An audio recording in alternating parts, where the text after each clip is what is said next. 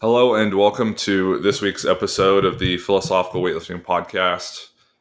I'm your host, Joshua Gibson, and I'm joined today by Jessie Stemo. And one thing I always notice when I see Jessie as we record the podcast, I'm going to talk about you a little bit, is like the greenery in the back. You have plants behind you.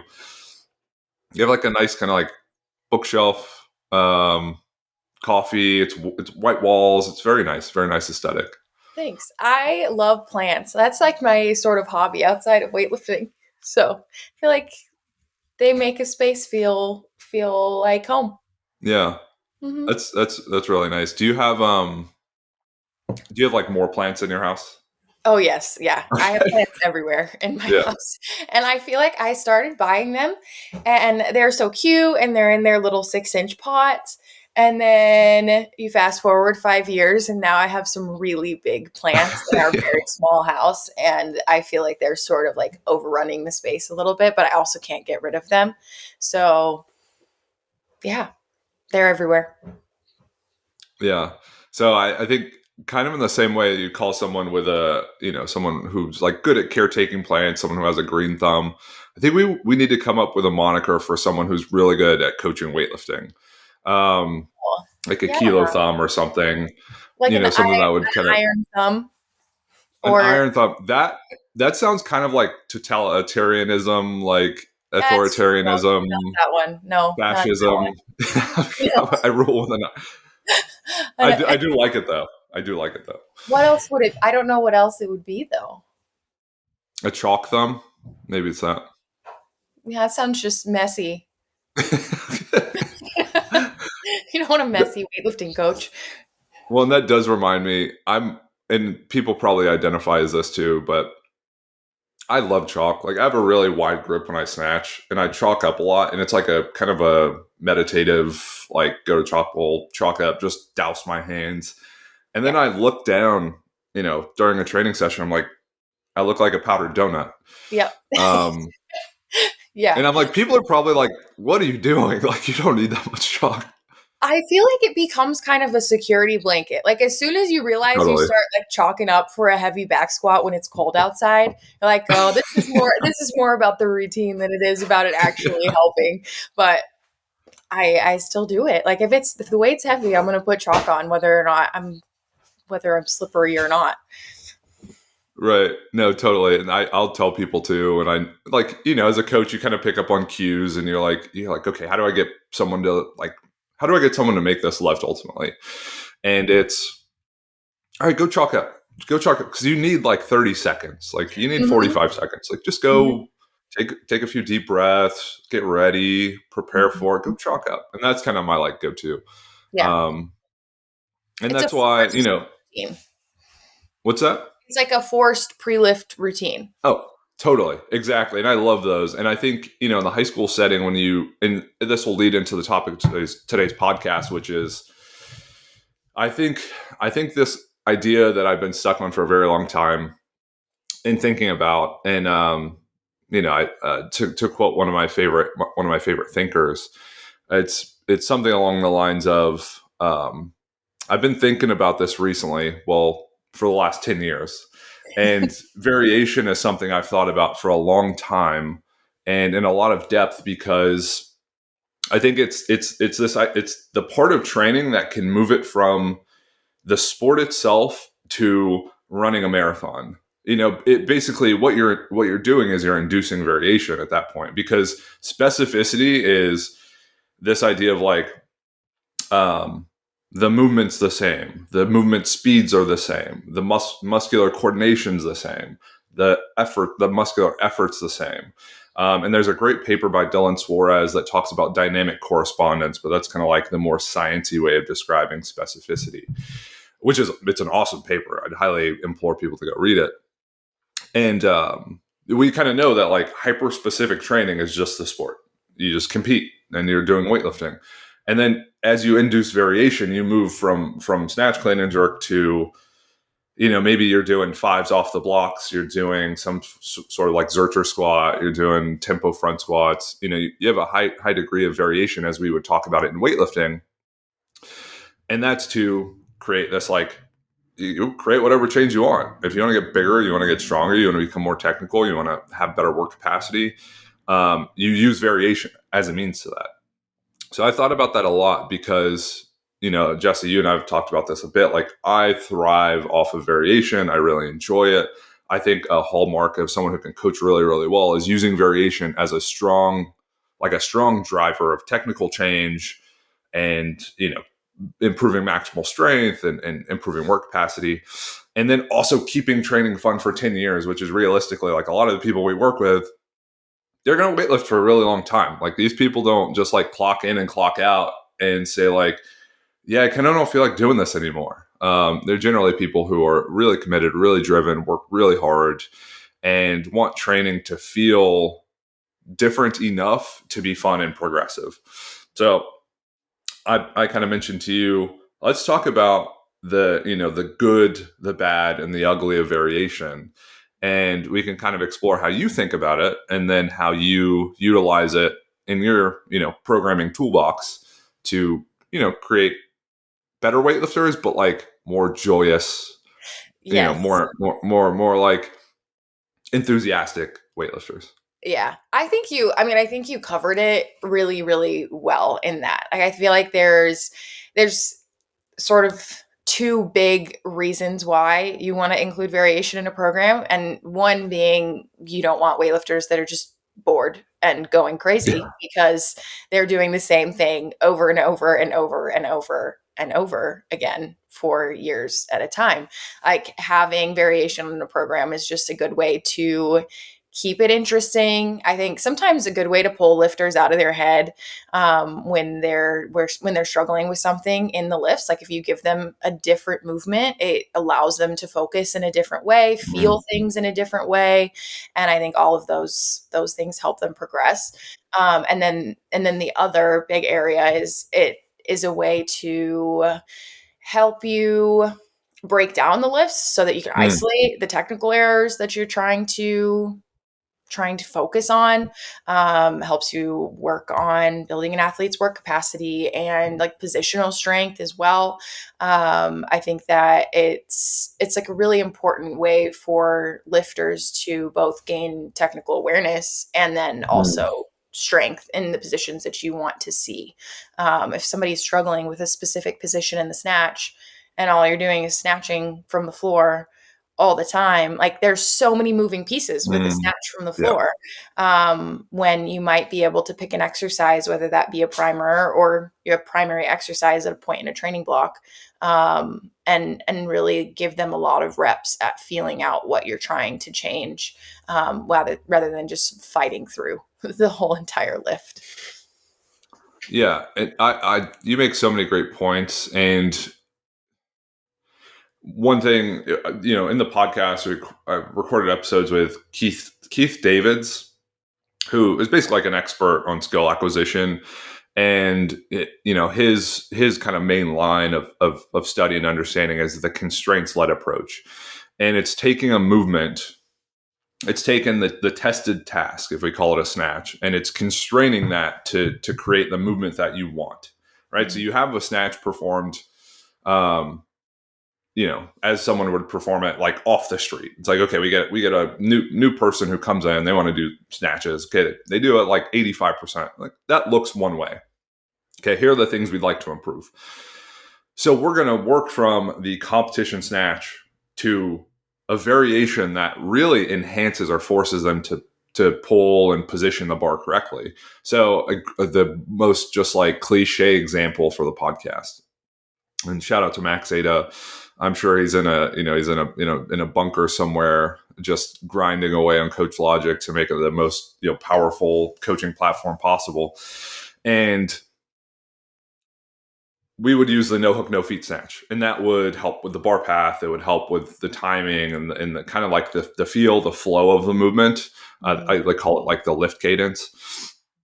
That's inducing some constraint. Remove the hook grip, remove your feet, and I feel like some coaches get really stuck at.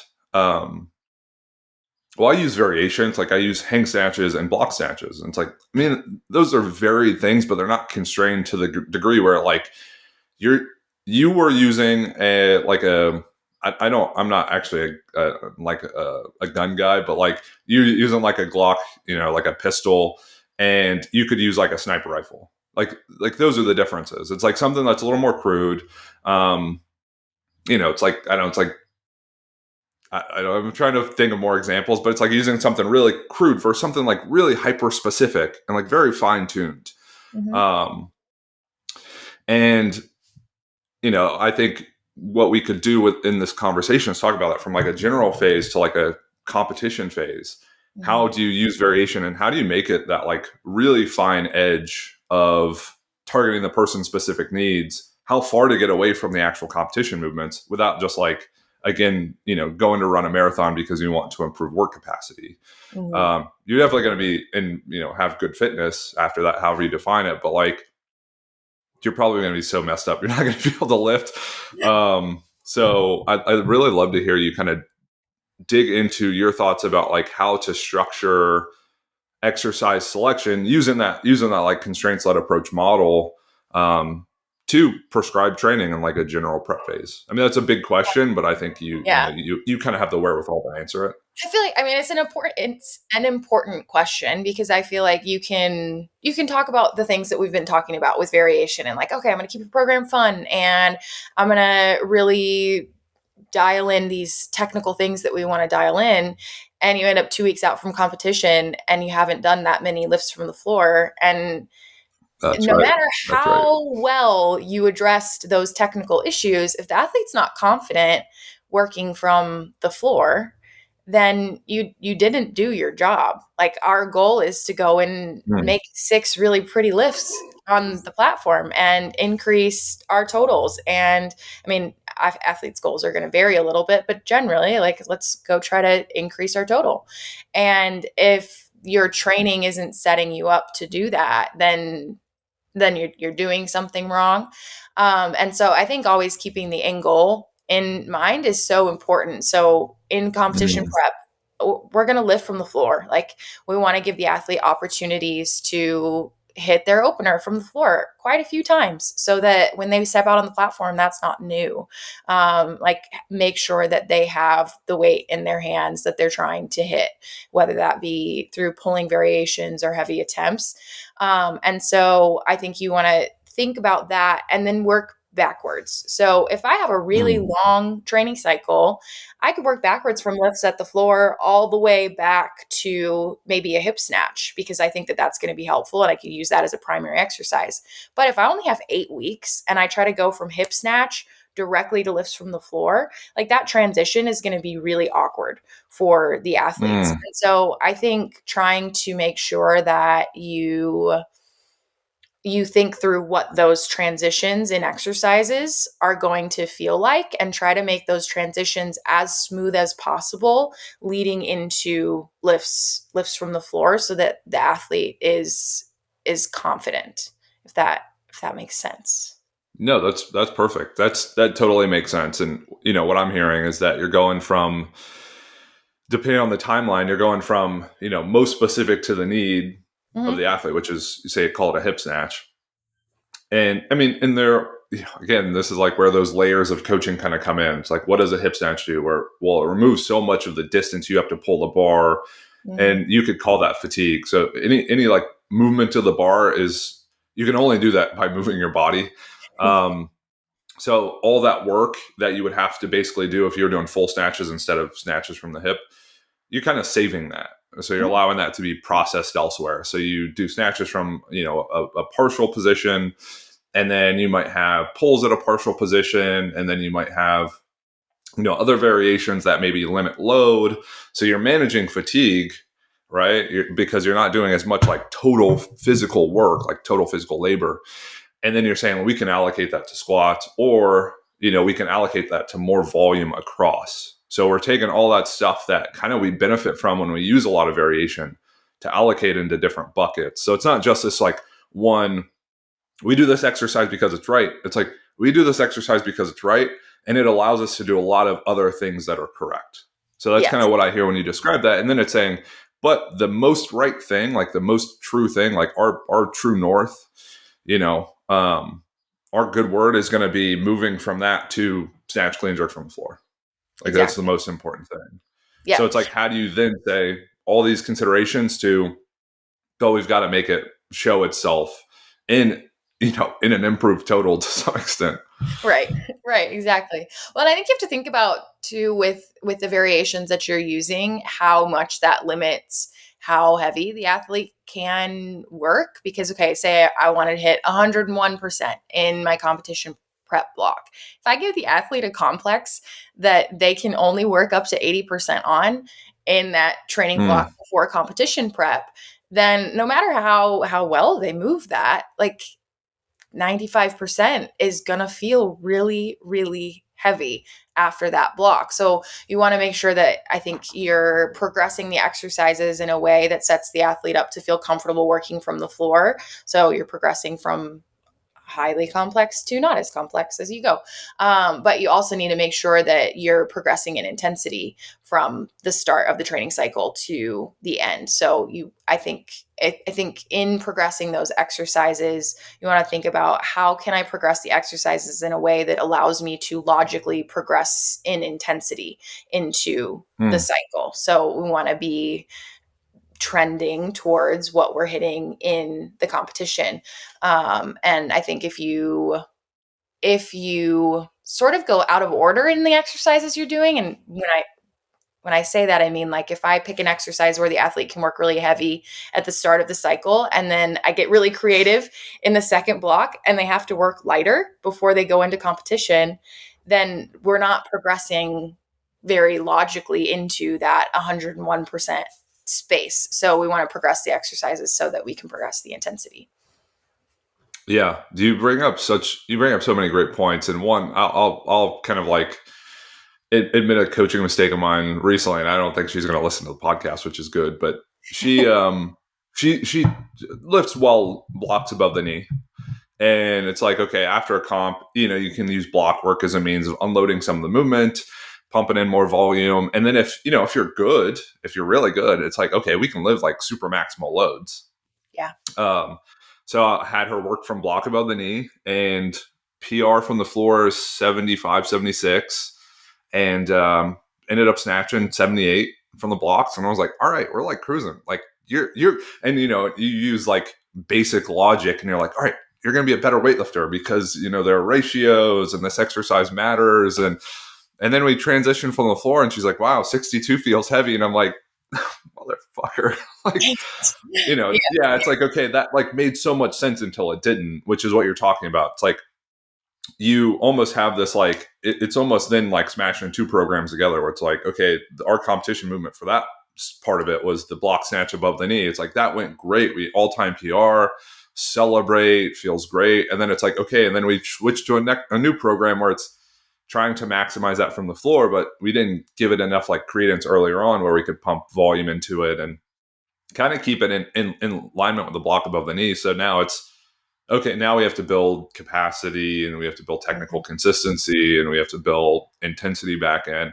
And now, we're still like a month out and she's taking doubles at like 65, but I wish I would have had that intensity earlier on and not gotten too far away from it. So I Yeah. think that idea of like work capacity variation, even in the forms of like triples and sets of 4 and sets of 5, that can make sense, but it can make the most sense if it's also coupled with higher intensities. And I guess like what I always wanted coming up, because I think about programming now and I can write a block of training in like an hour and a half and it's like really good. I'll look at it. I'm like, yeah, that's a good training. When I was starting, I remember there was the Power and Grace like programming design thing that I watched. I was like, oh my God, That's blew so my funny. mind. You did Yeah. just like the first one? Yeah. Yeah, that's awesome. Okay. I love that. Yeah. Yeah. I did that. And I listened to Max Ada on the Weightlifting House podcast and he Yeah. talked about tracking training. And I Yeah. was like, oh shit. And that's when like, it's kind of funny because Spencer wrote an article about like data, it's funny because I'm like in sports science now, like data collection. It's like counting reps. Yeah. It's like, that's like saying, it's like, it sounds so sophisticated, and it's like literally you could have like one of those little clickers. It's like it's really like a very practical means of just like knowing the amount of training you're doing. Um, and it's like that's when that was starting to become like Mhm. more discussed. The Russians, if we think about like the Russian manuals, like they have numbers everywhere, charts, Mhm. everything's absolutely insanely calculated and Mhm. covered across time. But then it started getting picked up by like the coaches in the U.S. and talked about a lot. And I remember I watched and listened to all that stuff, and I'm like, I have no idea where to begin. Like Bob Takano's telling me to do 37% of my volume on this week and 25% of my volume on this week. Well, how many reps is that? Like, it's Yeah. just it's a percentage of what? And then he's just changing the exercises to change the volumes. Like we do good mornings one week and we don't the next, which by the way is a terrible idea. Mhm. Anyone who you've prescribed good mornings to, as soon as they do them, they instantly, it's like palpable pain. Yes. They can barely walk. Instantly wrecked. Yeah. And then the next week you're like, don't worry about it. We'll Don't worry introduce them about in it. another month. Yeah, Yeah, it's in like, another month, so you can get just toasted again. yeah. So, and I bring all that up because it's me asking you the question of like, where do people start from an intensity standpoint? Because Mhm.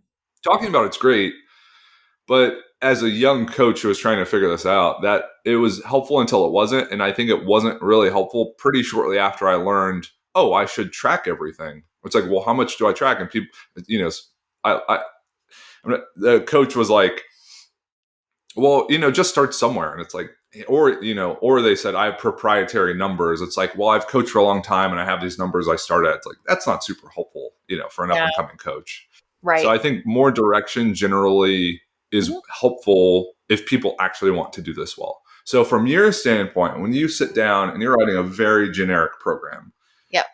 could you give me an outline of like the intensities you're actually looking at or looking for? Because I probably could if I thought about it. So I'd love to hear you riff on that. Yeah, yeah. I think so. It absolutely depends on training cycle length.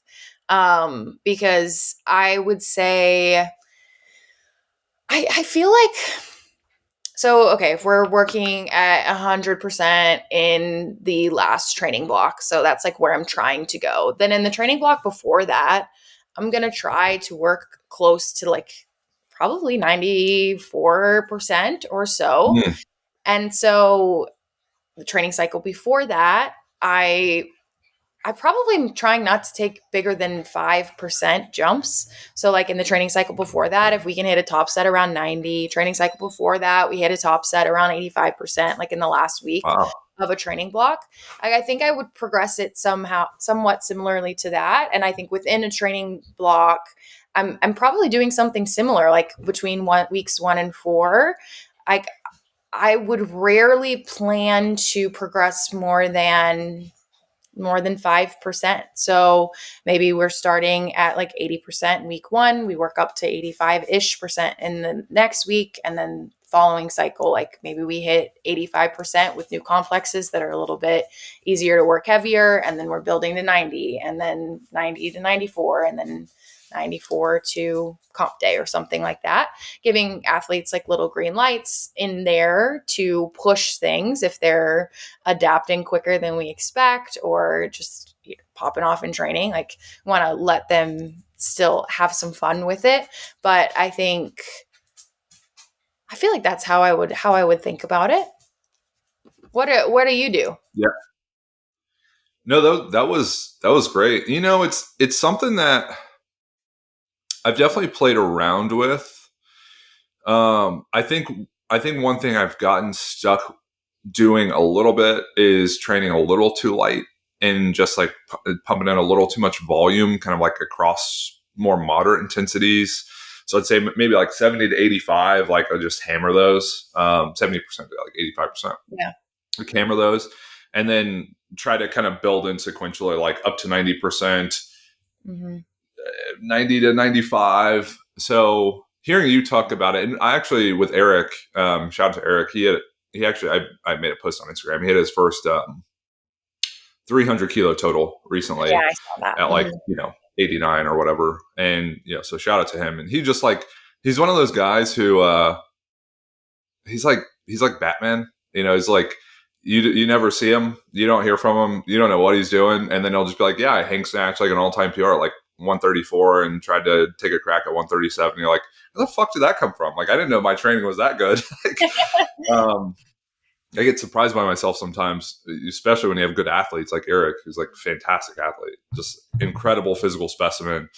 Um, and I remember for the program in the lead up to the Arnold, which is the one he hit that total at. I was like, okay, we're going to try starting with higher intensities, like week one. Kind of using that similar model of like maybe you kind of have like an intro week where you kind of work up a little heavier, and then you introduce some volume, and then you kind of like then build intensity after that. And I think I actually started around 90%, and really? just kind of crept that up. Yeah, like 80 to 90, I think it's like 85 to 90%, and just kind of crept that up. And what I found is that there are like good, I don't know, it's like good athletes, but there are weightlifters who I find can have like really good consistency and really good work capacity with like 90+% weights. And with them, sometimes I'll start too light. I'm like, oh fuck, like you got to try and pump the intensity up sooner and a little bit more.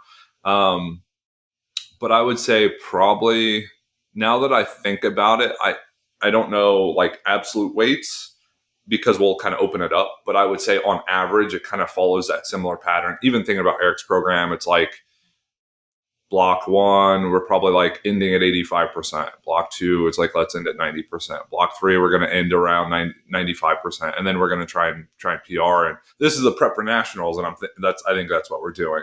Yeah. So similar. And then I think hearing you say that, the thing I love about hearing people say things is it makes me more acutely aware of it. So I'm definitely going to kind of look out for that when I start writing training more. So the next question that I would have, and I think any listener would have, would be, okay, how many times are they hitting those weights? Like how much volume are we pushing to those or trying to move up to them? Because if you snatch 2 to 3 days a week, is it like, okay, we're doing one top set at 85% and we're good? Or is it, hey, let's build some capacity around 85%, hit multiple sets? So how do you kind of think about that like consistency component of intensity? Right. So I think before I was talking about that progression, like those percentages would be more so peak intensities rather than like relative intensity across the week. So like my relative intensity is definitely going to be lower than that. And I mean, just another one of those. It depends on the athlete things and depends on the training cycle and the training cycle goals. Like I think in a training cycle where we are really trying to push strength work, especially in that first block, and maybe we are allocating 60-70% of our volume towards strength work. I think those peak intensities are going to be just that, like hitting a lift and kind of moving on, because we're putting so much volume towards strength work, and we're not trying to. I think we're not trying to risk going too heavy too often on the lifts, because we're just allocating our energy elsewhere. But then I think like as it progresses, and maybe for an athlete who we're not focusing as much on strength work, then we might be spending more time building consistency at those higher percentages. Like instead of working up to a single, maybe we're doing 3 singles, we're doing an EMOM situation where we're trying to end at 3 sets every minute on the minute at something like our top percentage, or we're working in with a wave to kind of prepare them as we get closer to competition. So yeah, I think it depends on the goal of the training block and also the athlete and their strengths and weaknesses, which is kind of the worst answer in weightlifting. No. Because I feel like it kind of is usually the case, but it's also not very practically helpful, because then I feel like the person asking the question is like, well, but wait, how did you get there? Yeah, you just listen to your athlete, I guess. No, I thought I think that was a phenomenal answer. And I've been after like, one of the most creative minds in weightlifting, Dane Miller. He's been in my brain a little bit as I've been writing programs. So I've been writing in more clusters, specifically with weightlifting. Well, and with squats, to be honest. Yeah. I love a cluster. I write them a lot lately. Yeah, and so for people who aren't familiar, they're like, "Are you talking about a candy at the movie theater?" It's like, no, a cluster is when you have a grouping of call it like a grouping of reps broken up by probably I'd say like short to moderate rests. So if we think of on the minute work as like 60 seconds between reps, maybe for a cluster you have a set of four, each rep's broken up by 30 seconds, or you have doubles broken up by 30 seconds, and you have a set of six. So the way I would write this, and the way I've thought about it, and this kind of get me to the point I want to make is you have three singles as so you're doing sets of three, and they're programmed as clusters. So you have three reps with 30 to 45 seconds rest, which is kind of nice. It's almost like if you go back to back and someone like burns a clock or something, you have around 30 to 45 seconds. So you have three singles. And I was texting one of the athletes I work with, and I was like, hey, we're going to build up to 90% three singles done 30 seconds between. That's just like a good kind of like landmark of like we're consistent, higher intensities, and we're at a good spot to where I know you could probably snatch 63, 64. So we're kind of like we're edging close to like an all-time PR. So I think that's useful to think about, kind of what you mentioned, maybe if you're in more of a squatting phase or a pulling phase or just like a strength phase, where that's the big priority. It's like we got to pump up that strength. Maybe we have clusters of three reps, and we want to build that from say 80% to 90% or 70 to 80 or whatever it is. Or you could say we're going to do one rep, so we're going to have it like ascending. It might be like 80%, 83, 85. And we actually want to end where three singles at 85 or three singles at 90 with that same kind of pattern. So I think just being creative in that sense is really helpful too. Of all you're looking at is driving consistency or intensity with those weights across. And that's something that's probably worth formalizing as a coach too, like thinking about how you use those tools. Because sometimes it makes sense like one off. It's like, okay, we'll do this and we want to build more consistency at 90%. So we use this like once. I would think of like, how do you almost formalize that? Like when I think about Dane's programs and I bought his courses, I've like read his books and he'll have like drop sets of four and he'll do like sets of seven and then sets of like 19. And you're like, Dane, why do you do these things? And he's formalized them though. And he knows exactly why. You got to explain it, perfectly. And a lot of the reason why he can explain it so well is because he's been forced to write about it, talk about it, and do it over and over and over again. And anyone who has taken this like long academic journey or has been a quote unquote content creator or fitfluencer, you writing about your system is like the most useful thing for you to understand it. You talking about your system is like the most useful thing for you to understand it.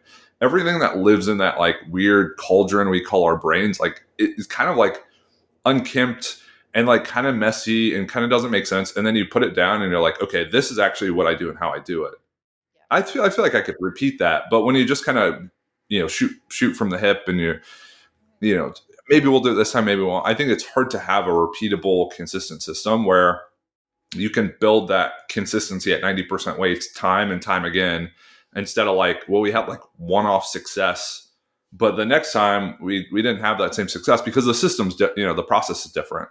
So I think there are two things there of like, have this idea of how you want to drive variation and intensity to be consistent, and then also understand that process well enough by talking about it, writing about it, podcasting about it, communicating it to friends, Yeah. to where you could do that time and time again. And then you could honestly mentor other coaches and say, this is how we do it. This is exactly how you should do this. And I think that's like a really good place to be as a coach. So that's just, I guess, kind of an aside. Yeah. Yeah. I mean, just explaining what you're doing forces you to make sure that the decisions you were making weren't just like, kind of by feel, and they were actually intentional. And I feel like that's the most important thing as a coach, is like make intentional decisions, like ask thoughtful questions. And I think by doing that, by gathering the information as you go, you can then continue to make even more informed decisions with your program. And then you go back to data collection. Like if we work up and we're really consistent, you need to have the information to look back and be like, okay, why did it work? Like I have an idea of why it Yeah. worked, but what does it actually look like? And then how can I use that to replicate moving forward? So, Yeah. yeah. No, I love that. And like proxies for that, it's kind of funny too. I'm thinking about times when I've had that, like, okay, I'm kind of excited. We've good momentum. And then I'm like, okay, so I'm going to shortcut this process a little bit. And then something happens. I'm like, oh, that's a red flag. Like I've seen that happen before. That's not good. Or, vice versa. It's like, okay, that's just like a blip. It might not actually be anything. It's like error within the measurement. And then it's like, oh, we're good. So I've been talking about Danny's squats a little bit recently, and she squatted 170 for 7. And then for her to hit, like, for her to become a pro power lifter, which is actually a thing, I think we should get that in weightlifting. Like, you can become a pro weightlifter. How cool would that be? I like that. Versus just like, oh, you've competed at this level, therefore you should be considered professional because you get paid. It's like, I don't know. If you're designated by the federation, that'd be really cool. So in powerlifting, if you get a 475 dots, which is their Sinclair, their Roby, basically, it's like their, per body weight, per performance measure of how good you are. And you place top 3 at a nationals, you become pro. So top 3, 475 dots, boom, you get a pro card. How sick, you get a pro card. She would have to squat like 205 or 2075. And the way basically from like step 1 to step walking onto the platform, like literally the last step in the journey, is using some form of like estimating 1RM. Like that's the most important proxy in powerlifting. In weightlifting, I don't think that's really feasible. I don't know if you have any proxies for like snatch, clean, jerk, 1RM, estimation, but like in powerlifting, you can definitely do that. Yeah. So What do you use to estimate? Do you use like BBT or anything? That's a total aside. so it's funny, it's not validated. I would say it's reliable. I mean, maybe it's reliable. I actually don't know. I don't know if it's reliable or valid, but I use the All Things Gym 1 rep max calculator. And it takes a bunch of equations. Yeah. Yeah. And it pumps out a number. Gotcha. And I found that to be very spot on. Okay. Very, very spot on. Yeah. So whenever I'm planning or training, so like I know the third attempts we want to get a 475 dots to place third. And I just go on All Things Gym. Okay, we need to squat. I think it's like 185 for 4. And then we need to bench like, like 92.5 for 4 or 5. And then we need to pull. Well, I want her to pull all-time PR like 225, 230, but like she would have to pull around like 200, 205 for 4 or something like that. So every step of the way, it's like estimated 1RMs, week 1 we start here. We just need a progression to get there slow enough. And squatted 165 for 4. It looked pretty good. And that's kind of like how you plan out the progression. And to your point about, having a grasp on what you're doing or like a grip on it, like understanding it, it's having that tool to say, from day 1, I could write out a weight and say, how are we getting to third attempt on a platform to win a pro card? And that's really by driving the estimated 1RM in the right direction. And that's like, then just build the progression toward it. That's all you have to do is like build the progression toward it. Yeah, So exactly. it's kind of straightforward, but it's hard. Yeah, I mean, back to where we were at the start of this, like figure out where you're trying to go, what you need to do to get there, and work backwards. Like it shouldn't be, it feels complicated, but it doesn't have to be that complicated. Like we're trying to, in Olympic weightlifting, we're trying to do 6 lifts on a platform, normal snatches, normal clean and jerks. How do you build confidence throughout a training cycle to get the athlete doing their best there? So, and I feel like if you work back like week by week, it does all become pretty clear. Yeah, no, I agree. And I think, there are a bunch of different ways you can kind of like track what you're doing to have a good grasp on it. I'd say there are a lot of ways you could do that I don't think it's worth the return, like the time. For example, we do like a work capacity hypertrophy focused phase. You could track like circumference, like body part circumference. You could track body weight. You can do like a bunch of things. Is it like worth it to do that, or is it worth it to say we're doing more volume than we have? We're doing a lot of accessory work that's like muscle specific, big range of motion, a lot of tension, pump through the muscles. We're probably getting the most out of it we can, because we're doing per Jake Rimmer's recommendations, we're doing around 10 sets, per body part. And we're like focused, and that's probably good enough. But like with the strength measures and with the weightlifting specific measures, like those should be pretty locked in of like E1RMs, and then just like consistency at higher intensities, like rep maxes, complex PRs. Like those should be the big proxies that kind of drive up over time. Yeah, definitely. Definitely. Mm-hmm. Yeah. I'm excited. We have a few athletes who are about to be using like the output sports sensors. And so we're going to be able to test a counter movement jump over time within the training cycle. And then that'll also do like load velocity profiling with the squats. So I'm excited to play with that with people, because I think that'll be another way to just like more objectively figure out how the athlete's responding to training and how we're moving forward. Because it is tricky within lifting to figure out if what you're doing is working. Like so many measures of that are subjective. Like the athlete texting you, man, I feel really strong. You're like, that's great. What we're doing is working, maybe, or you just are more confident. I don't know. And so using like estimated 1RMs or hopefully counter movement jump tests will be helpful. Yeah, you'll have to let me know. You're never going to be in West Virginia, but we have force plates that we use. That like I've ran 100 people through counter movement jumps on force plates. Like you use them so frequently. So I'd be interested to hear how you utilize that. And then one thing I've kind of thought about, in terms of just like trying to figure out as a coach what your athlete would need, is buying a flex unit for Danny. It's like, why doesn't she measure every rep? Like, why doesn't she track the velocity of every rep? It's like, that's probably pretty helpful. I should probably do that. Like, like, I don't know why it took me like 5 years to realize that, but I think getting a better sense of like what exactly is happening. Is she moving 165 faster than she did when she did it for 7? I don't know. I should know that. I like actually need to know. That's very important.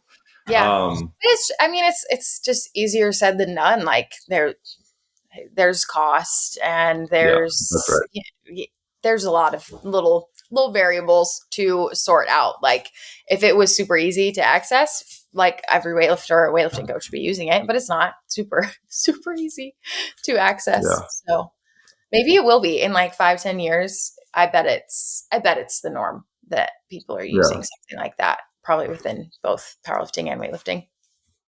Yeah, no, and I think it's good too when someone like yourself puts out information related to it, with like some sort of jump protocol or whatever, velocity based protocol.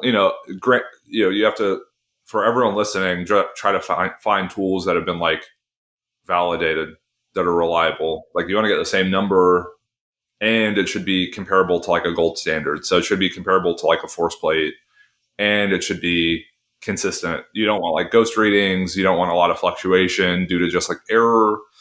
You also want it done the same way. Like you want it repeated the same way. So a good example, I've seen this because I coach a lot of jumps. I coach jumps all the time. I know you want to start. There's a very specific technique to a jump, that I think a lot of people kind of lose sense of because it just feels like something you can do naturally, which imagine telling someone to do a snatch the right way the first time they've ever done it. And it's like, just do it however you feel is best. No, there's like a technique to everything. Yeah. So coaching a jump and having it done the same way every single time could be hard if you have like an extraneous variable like an arm swing, because it's going to change the output and people use their arms differently. So what we do and what generally is done is you do PVC pipe on the back, no arm swing, just to look at all the metrics related to lower body, like neuromuscular performance. Mhm. So I'd say that like those things are worth considering as a practitioner who's going to start implementing it. Do we do no arm swing, PVC pipe? Do we do hands on hips? Do we do like a loaded jump to have like a little bit more specific form of like output? Um, and then just say like, how does a jump get impacted by training? Generally, a counter movement jump, like absolute height, isn't that sensitive to fatigue. Height generally stays pretty static. And my understanding of it is with a jump, when an athlete's more fatigued, they change their mechanics. So they'll end up like dipping lower. They try to get a little more space to create that force. So I think just having a good sense on that stuff is really helpful for practitioners who want to implement this. The same with velocity. It's like, is the device reliable and valid? Some of those on-bar sensors, I'm thinking of like the push was like super shitty when it came to giving reliable measures. Mhm. So I would say like a flex unit, maybe even do like a Google search. I'd use Chat GPT. Is like the flex unit reliable and valid? Any literature that supports that, like, it's worth looking into before you make an investment and you try to implement it consistently into training. And it turns out it's like, what do they call it? A potato. It's just like Yeah. Potato. it's like dead weight that you had to pay for. So implementing technology and some like vetting process into your training, I think it'd be useful to know exactly what you're getting. Yeah, absolutely. Yeah, and I think that's another piece of like obviously there's the cost, but then figuring all of that out is another difficult piece to that puzzle for sure. Yeah. hmm Yeah. Um, Anything going on with you that people would be like really curious and interested to hear or know more about? Well, I guess sort of to our conversation today, like I'm working on putting together like a program design webinar, like educational webinar situation. We'll host it live, but then it'll also be available. So it'll just detail step by step how we walk through a program, and then we'll start by talking about just principles of periodization and development of hypertrophy and strength and power, so that we have a good base like going into that discussion of the program design. And what we're going to do, I want to try to make it as practical as possible for coaches, like especially new coaches. So we'll Yeah. send everybody away with like a 5-day example program, a 3-day template that they can use. Wow. And then we're also going to send everybody a workbook that has all of the information and then also some prompts for coaches to kind of think through their processes in program design and working with athletes. So that's going to be coming this summer. So I'm really excited about that.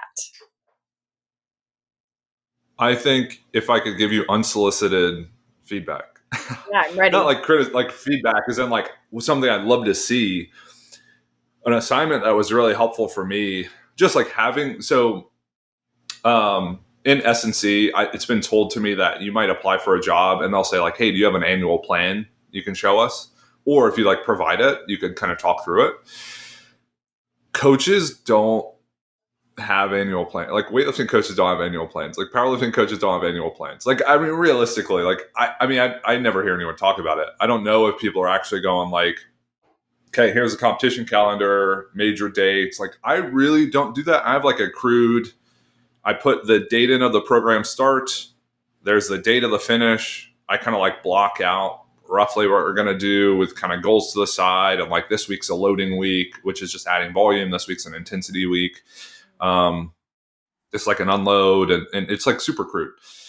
But having like the thought experiment of let's create an annual plan. When would finals be? When would nationals be? When's the Arnold? What meets are you going to do? Okay. How are you going to structure that? And then what's like the basic premise of that training block? Or what's the basic premise of that like microcycle? It's like, oh, we're probably going to focus on, this is a little harder if you're not like big into block periodization, but we're going to do sets of 10 or sets of 5 or sets of 3. So, I mean, that can be constructed in many different ways, but I think maybe even having that built in for coaches to have is like some means of saying, what does a calendar look like? And how do we kind of create like the weekly structure and monthly structure? Yeah, I I found that like to be that. really, really, yeah. Yeah, I think that's so important because it's so easy to just get sort of like tunnel vision on your current prep. And for a weightlifter long term, that can be really dangerous.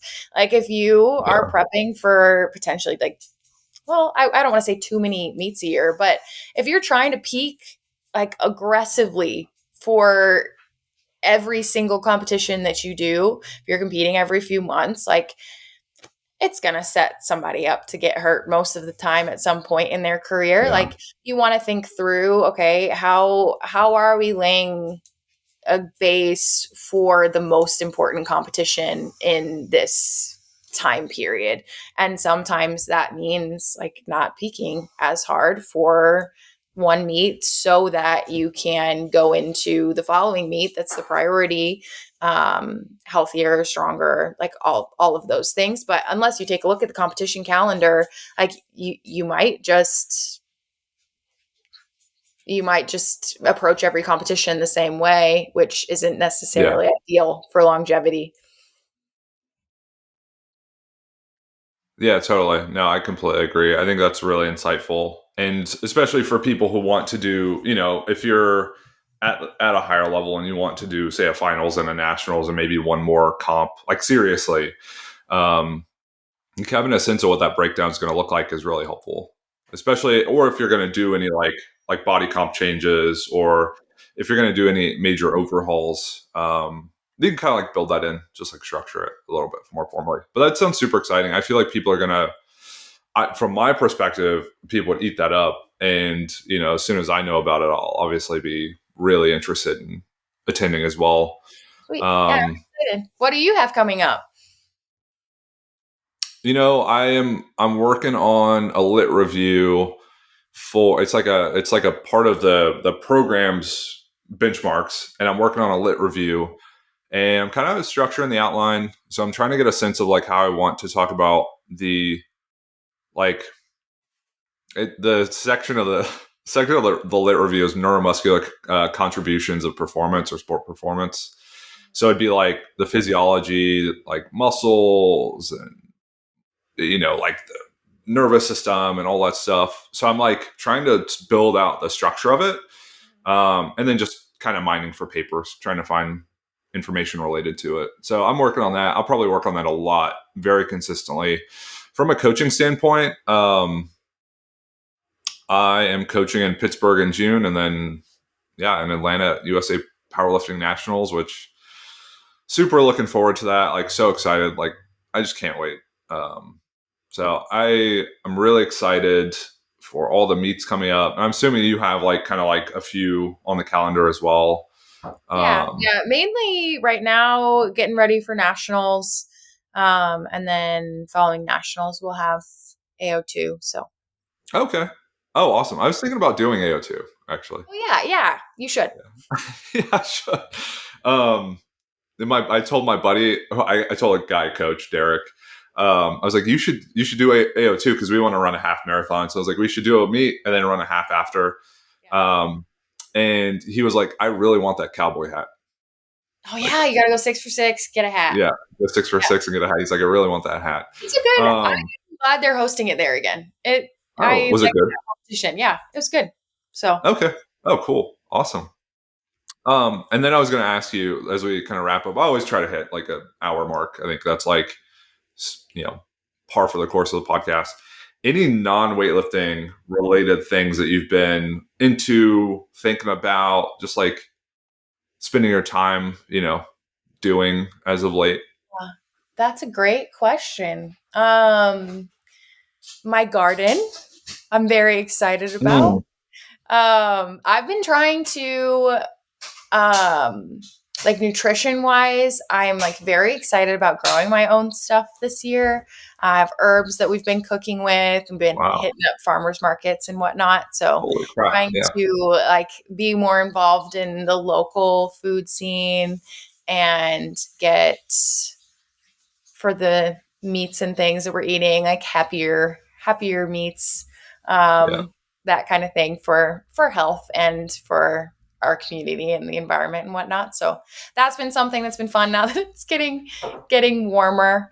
And I feel like just like learning a little bit more in that way, nutrition wise. So yeah, a little bit of that. Yeah, I A don't little think bit. people know. Go ahead. No, I don't think people know this, but you're kind of like in the nutrition space, like you have an interest in that as well. Yeah. I do nutrition coaching with Cedars Nutrition. So usually when I'm not learning about weightlifting things, like I have a nutrition book or something Mm, to be reading, learning about, and then I have my nutrition clients, most of which are involved in weightlifting, which is fun. So we can make sure that they're feeling good and in training yeah. and ready for competition. But I do have nutrition clients that aren't in weightlifting either. And I really love that. Food affects like every area of your life. Yeah. And when you can be in a place where you have a good relationship with food and are are taking good care of your body, like it only positively impacts your life. So I like that space. Yeah. No, I love that. I don't know. There's a podcast I'd push people to listen to. And I mentioned to you before the podcast, like the way listeners kind of stick onto an episode is like everyone's at the start, and at the end, it's like the diehard, like oh my god, I love Jessie Stemo, and oh my god, I love the podcast, and I just please talk more about phenomenology and Martin Heidegger. Um, so I'm gonna just give references because I think people would actually enjoy them. There's a podcast, and it's one I absolutely love. It's called the Psychiatry and Psychotherapy Podcast, but he has a few episodes on this idea of sensorium, which he defines as like total brain function, and he just talks about the inputs that relate to total brain function from like a mood regulation standpoint, like a performance standpoint, and major inputs would be sleep, nutrition, physical activity, and I think people like ourselves who prioritize those as like aspects of self-care and just well-being, you don't realize how much your mood could change if you didn't do those things well. Like if you didn't sleep well, or you didn't eat well, or you didn't just train and you didn't focus on your like physical activity, you could be like a grouchy, kind of moody, like kind of back and forth type person. And it's to me, that's always, I always remember that when I'm like really sleep deprived or really kind of off routine with that stuff. I'm like, wow, I just like don't feel great. So I think the work you're doing, I think the work that I do, it's very important from that standpoint, like providing people with the skills and ability to just be like, as like, I'm trying to find the right word that's not, mislabeling, but like be as like authentic as they can be, which Yeah. isn't like influenced by, I've been eating way too much, and, I've been like doing all these things that aren't super conducive to just like being well. I think to be able to provide that to people is like super special. Yeah, So it I really respect it. Yeah, I respect it. thanks. Yeah, I really love it. So yeah. If people are interested in consulting for nutrition, because I've had people reach out to me and I've pushed them to other people in my network, is it just cedarsnutrition.com, or where can they go to like also reach out for that? Yeah, cedarsnutrition.com, or I mean people can reach out on my Instagram, or I'm pretty sure my email is there, like if you click the email me button too. Okay. So yeah. Okay. Awesome. Yeah, so Very at cool. Jessie Stemo on Instagram. So, and Okay. for those who we were talking about, there's not usually as many people at the end. So thanks for sticking around to the end, whoever's listening. Yeah, totally. No, You're we here. greatly appreciate it. Yeah, we Yeah. greatly appreciate it. It's like the after hours portion where it's just like, a couple people in the corner and they've got diet sodas, there's like, smooth music playing in the background. It's quiet, dimly lit. Um, yeah, I appreciate it. If it, Jessie just provided you with a way to contact her if you're interested in contacting me, and I've had people reach out just to chat, which, is Josh underscore Phil WL on Instagram, PHILWL, philosophical weightlifting on there and everywhere else. thanks for tuning into another episode of the podcast. If you could, please leave a 5-star review. I just hate the fact it's 4.8. I wish it was 4.9. I really want it to be 4.9. So leave a review. And until next time, we'll catch you all on another episode of the Philosophical Weightlifting Podcast.